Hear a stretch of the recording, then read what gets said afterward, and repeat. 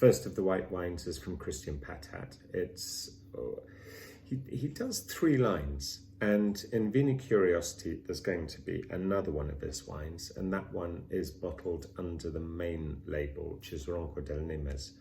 And Ronco del Nimes is an Hacienda Agricola, which in Italian terminology means the grapes must come from the estate.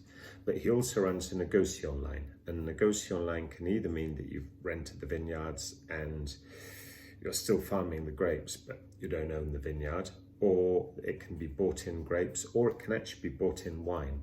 In his case, it's almost all vineyards that he manages. He'll buy in some grapes, he gets some grapes from some of his friends. It's how his business actually started. But largely it's wine steers he's farmed himself.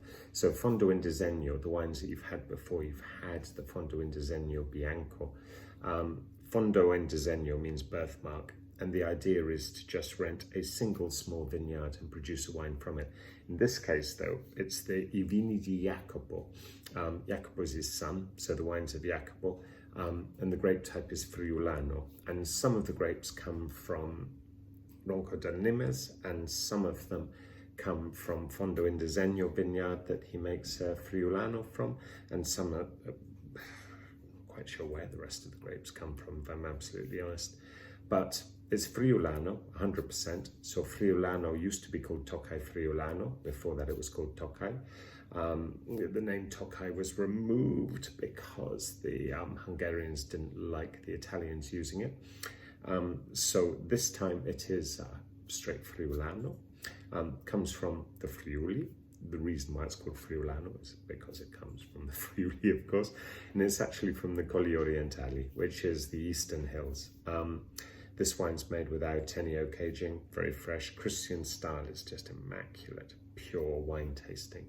And the other name for Friulano is Sauvignonesi, which is, it's a cousin of Sauvignon. In terms of flavour though, you'll notice, because we've given you 2 in the Sauvignon family, but if you don't like Sauvignon, do not worry. Neither of these taste anything like New Zealand Sauvignon Blanc. They're a very different take, very unique, very classically Italian. So the Jacopo Friulano, very pure, amazingly elegant wine. Then also we go to the Collio, which is the next door region. That's where your second wine's coming from. So this time we've done 2 from the Friuli, but from the very, very best DOCs. So the Colli Orientali and the Collio. And from the Collio, we've got a brand new wine.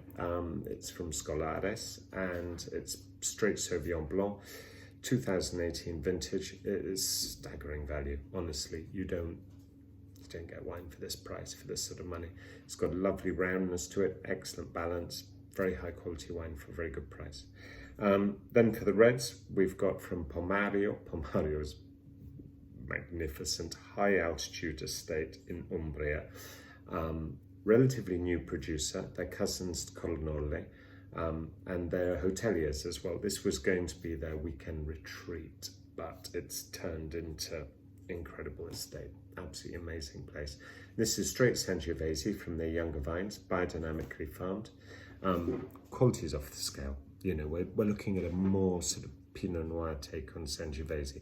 Don't think Brunello, think a little bit more sinewy, not quite as rich, but very, very fine, very elegant. Beautiful, beautiful wine. And then for the other red wine, we have from Cantina di Marzo. And this wine is Irpinia Aglianico. So Aglianico is the grape type, Irpinia is the region. It used to make 2 wines, Reserva and this wine. Now he just makes this wine, and it's fantastic news because the vines are older. It really is made, because they're Greco di Tufo specialists, which are white wine specialists. This wine kind of doesn't come above the radar. The quantities made are very small. It's made with great care. It's aged in the old Tarassi barrels, so very high quality oak. Not for too much time. It's a really, really good wine for a very, very good price. So really hope you enjoy these 4 wines. Very different styles. The full-bodied red is the Di Marzo. Pomario is a little bit lighter. The 2 whites, the Jacopo is a little bit richer. The Scolaris Is nothing like a Sauvignon, but really good aperitivo. Enjoy. Bye.